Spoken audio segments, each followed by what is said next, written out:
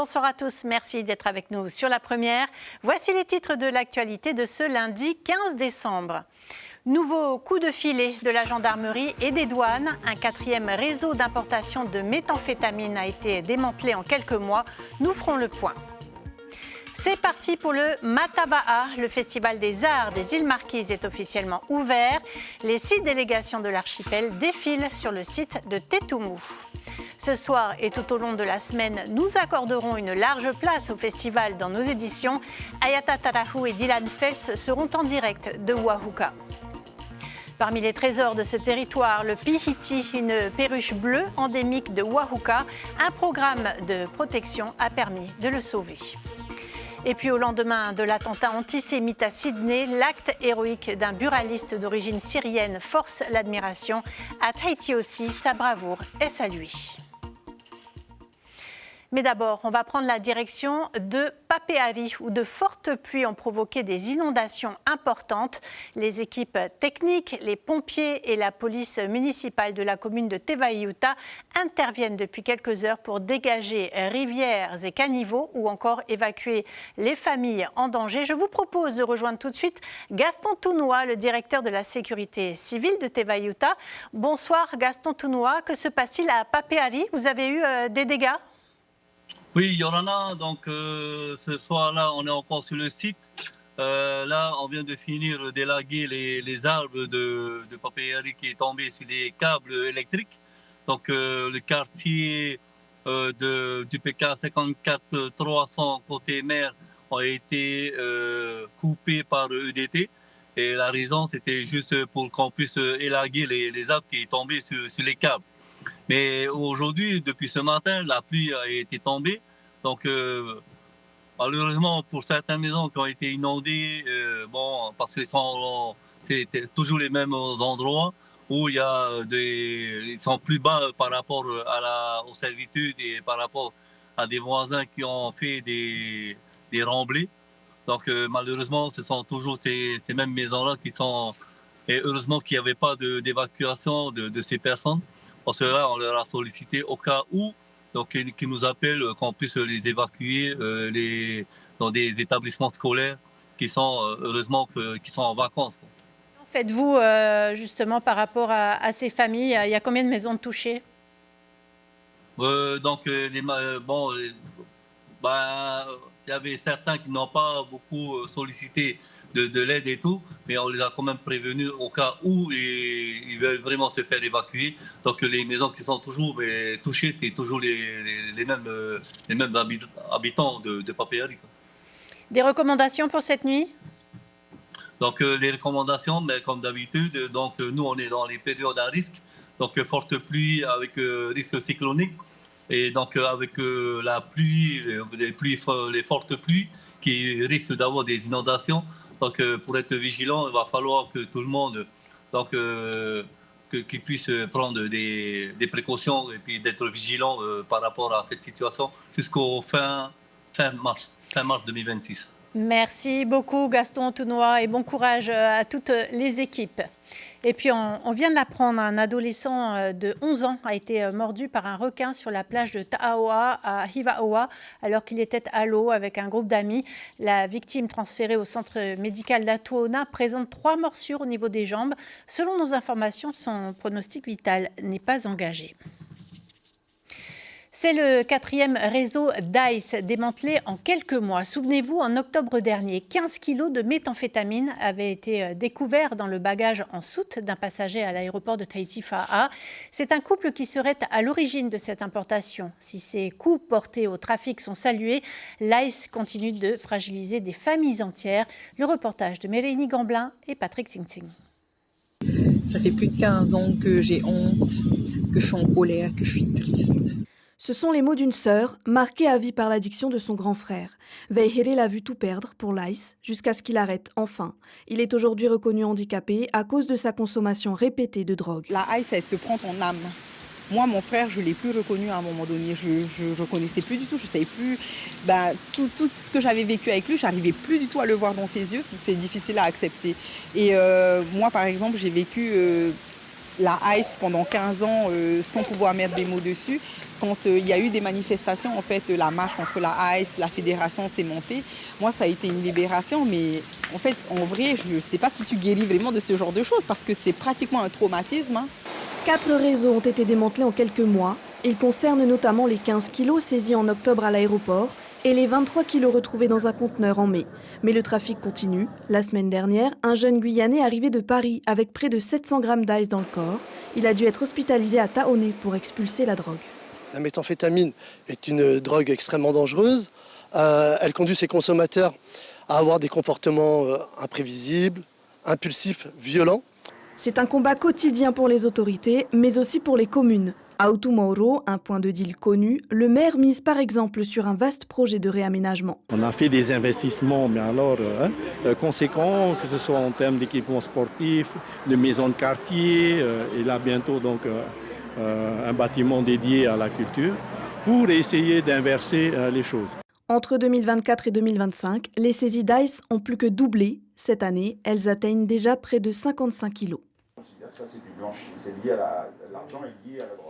C'est un grand jour pour la Terre des Hommes. Le Festival des Arts des îles Marquises débute à Oahuka. On en parle dans notre page spéciale.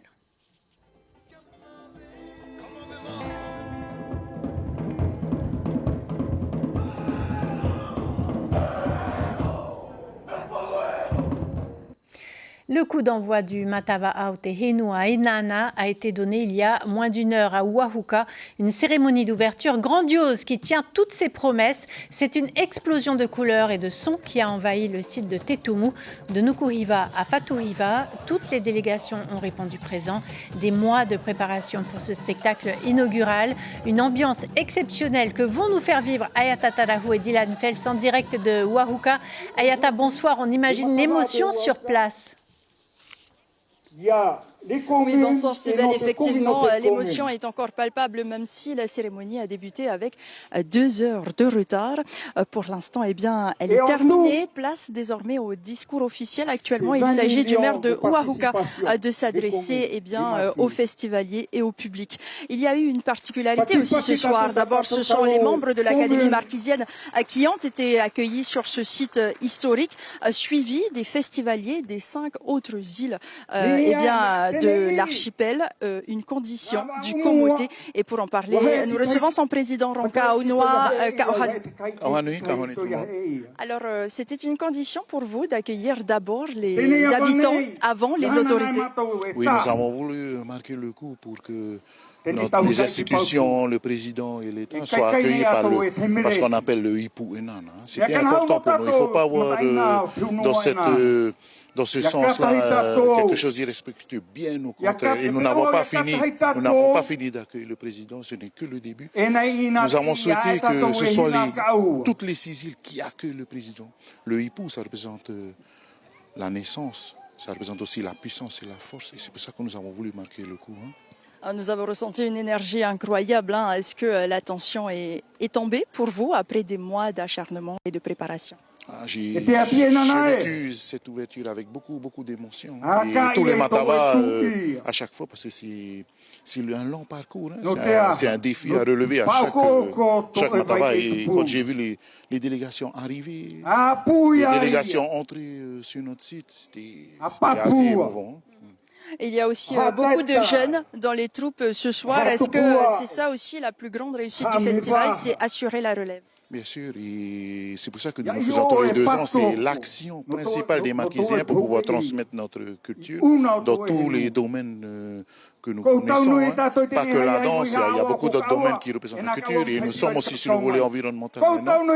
Et les enfants sont là, et les parents et toute la communauté. Merci beaucoup, Ronka Aunua, pour toutes ces précisions. Voilà, c'est un message assez fort qui est diffusé tout au long de ce festival. Juste après cette cérémonie, eh bien, place au Ko'inakatai. C'est une danse communautaire entre les 6 îles de l'archipel. Et ce matin, ils étaient en répétition sous un soleil de plomb. Regardez ce reportage.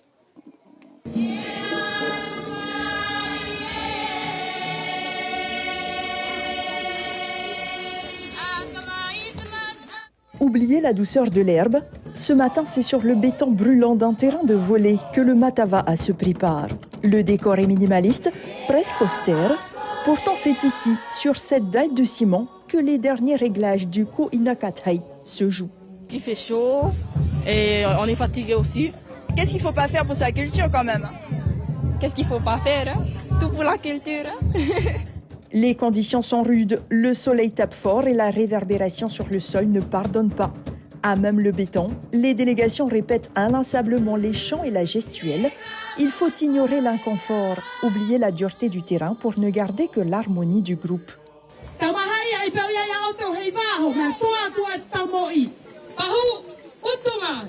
Une discipline de fer, cachée derrière des sourires.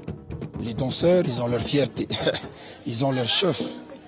Si moi je dis, toi tu vas là-bas, ils vont attendre les consignes de leur chef. C'est un peu ça, mais il y a ce respect. Il y a ce respect quand même. Ils voient que on est à Oahuka, donc il y a un chef. Ils ont ce respect-là. Le béton s'efface devant la puissance des voix. Mais le Matava'a, ce n'est pas que la scène, c'est aussi un message pour la terre.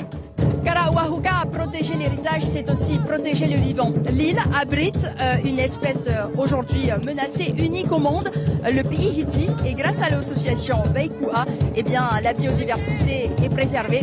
Regardez ce reportage de Miritu Madariri, Dylan Fels et Lionel Tehamwana. Ici, à Oahuka, personne ne touche terre sans être inspecté. Qu'on arrive par la mer ou par les airs, la règle est la même. Zéro tolérance pour les nuisibles, comme le rat noir capable de ravager toute une île, mais pas que. Ces chiens détecteurs de rats, ils préviennent l'introduction du rat noir qui n'est pas encore sur cette île. Hier, on a une passagère qui nous a fait part du fait qu'elle avait vu un bulbule sur le Tahiti Nui en venant de Tahiti. Et en fait, du coup, directement, on a déclenché une alerte auprès de la population pour qu'elle soit vigilante parce que du coup, l'équipage du Tahiti Nui n'a pas retrouvé les oiseaux, mais ils ont trouvé un nid avec des œufs. Donc voilà, c'est un risque parce que le bulbule, il détruit les oiseaux endémiques, il mange les abeilles, il détruit les cultures fruitières. Donc c'est vraiment important d'être vigilant et d'arriver à le capturer. À Oahuka, chaque signalement est pris au sérieux, car une seule introduction peut suffire à faire basculer l'équilibre fragile de l'île. Bagages, fret, ici les nuisibles n'ont aucun point d'entrée, une contrainte acceptée et même revendiquée par les visiteurs. C'est excellent et puis j'ai vu il y a les chiens qui sont là. Mais c'est excellent, mais il faut, parce que le Pihiti, c'est chez nous et c'est emblématique de notre belle île. C'est une très belle chose parce que, vu la végétation déjà, il faut protéger, il faut tout protéger. Parmi les visiteurs des festivaliers de Uapau et Fatuhiva, beaucoup découvrent ici l'existence du Pihiti, le lori ultramarin, un oiseau endémique à Oahuka. Il était avant dans la plupart des îles des Marquises, mais malheureusement, à cause des espèces invasives, il s'est éteint et on le retrouve plus qu'à Oahuka. Depuis que les chiens de sécurité travaillent à éviter que le rat noir arrive, on a une population de Pihiti qui est stable et on espère garder cette efficacité pour éviter que le rat noir arrive et que l'espèce s'éteigne. On estime la population entre 1500 et 2000 individus, avec des estimations qui doivent être refaites l'année prochaine. Il faudra attendre jeudi pour voir le groupe de Oahuka entrer en scène, paré des couleurs de son oiseau endémique, un symbole fort, celui du Nil en fait, mais toujours sur ses gardes.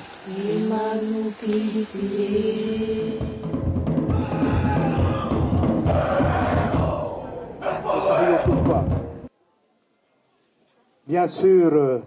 Voilà un combat pour la nature tout aussi vital que celui pour la culture. C'est la fin de cette page spéciale. Restez avec nous chaque soir puisque nous vous ferons vivre ce festival historique ici qui se tient à Oahuka. Et demain, nous irons à la rencontre des exposants et de l'Académie marquisienne qui vient de sortir une nouvelle application pour comprendre, pour la traduction des mots en marquisien, en français et également en anglais. Très belle soirée et à demain. Merci beaucoup Ayata Tarahu. On vous retrouve donc demain pour une nouvelle page dédiée au Matava'a.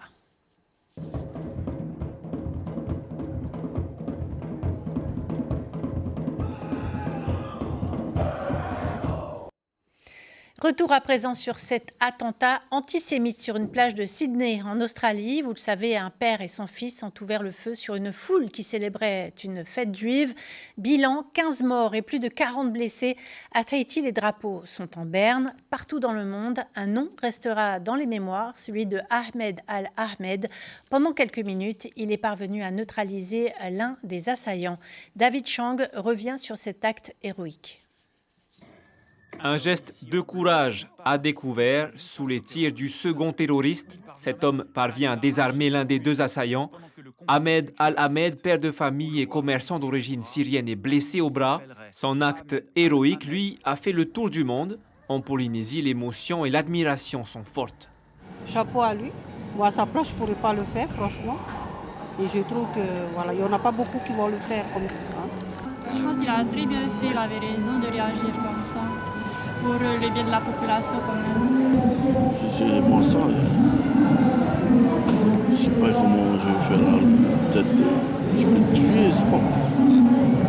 Le soir du drame, toute l'Australie semble s'être donné rendez-vous devant les fleurs déposées en hommage aux victimes. Parmi elles, une fillette de 10 ans et un ressortissant français. Un élan de solidarité pour des personnes venues célébrer la fête juive de Hanouka, mais qui sont avant tout des citoyens australiens. La plupart des gens viennent ici pour rendre hommage, pour montrer leur soutien. C'est important dans des moments comme ceux-là. J'ai le sentiment qu'il faut se rassembler, se soutenir, surtout maintenant. C'est critique. On va prendre notre journée pour donner notre sang et venir se recueillir ici. C'est important que nous, Australiens, restions unis et soyons solidaires. La communauté juive de Polynésie souhaite rester discrète. L'un des deux terroristes est décédé, l'autre est grièvement blessé. Ahmed Al-Ahmed, touché par 2 balles, est toujours hospitalisé. Son état de santé est désormais stable. En bref, le trafic aérien à l'arrêt à Tahiti Fa'a ce midi et en fin d'après-midi. Seules les évacuations sanitaires ont été assurées entre midi et midi 45 et entre 17h et 20h. C'est la 3e fois que la tour de contrôle de Tahiti Fa'a ferme cette année. Cette suspension des services n'est pas liée au mouvement de grève en cours, mais à un manque de personnel. Conséquence directe, 5 vols retardés, dont 4 d'Air Tahiti. Le dernier arrive à 23h20 en provenance des Australes. Politique, Te Puaraur Iteritei annonce officiellement sa candidature aux élections municipales à Paea. La représentante Tapura veut s'inscrire dans la continuité de l'ancien maire, Jackie Graff. Son slogan était à l'époque « Ahere ya Paea ». Te Puaraur Iteritei a choisi de remplacer le terme « here » par « poihere » tout en conservant le vert foncé, couleur officielle du bulletin de vote. La candidate a formé une liste d'union sans soutien officiel. Écoutez ses précisions au micro de Taïva Ribé. C'est une liste d'ouverture avec des personnes qui ont voulu venir autour de moi et autour de ce projet pour Paea. Donc on retrouve des personnes qui sont issues du Tapura bien sûr, du Amuiteira, de Aherea Porinitia, Taho Etato, Tatira Nuteho, Yauratenuna. Enfin voilà, on a toutes les sensibilités qui sont représentées.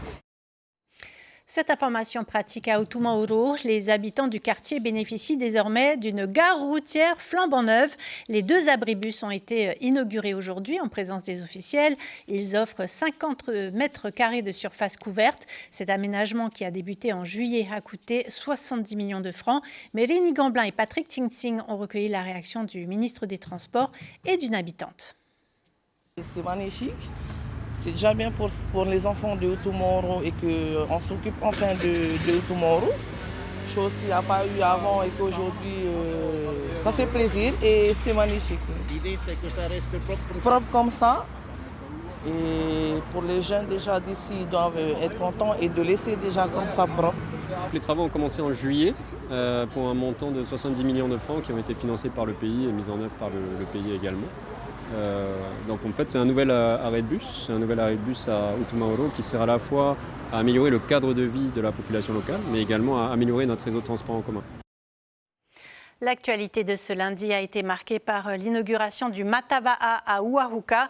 Chaque festival débute par une cérémonie d'ouverture avec le défilé des 6 délégations de l'archipel. Une explosion de couleurs et de sons a envahi le site de Tetumu en fin de journée.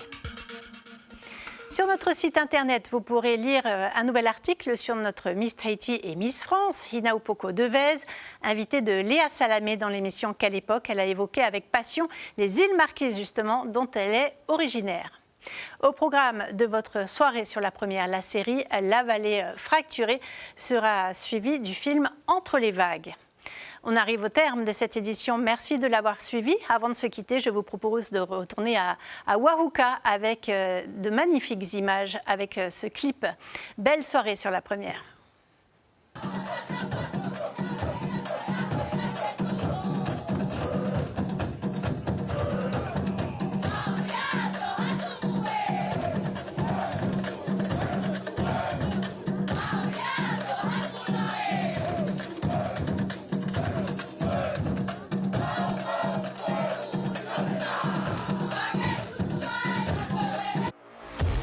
Retrouvez toute l'info sur WhatsApp en scannant notre QR code.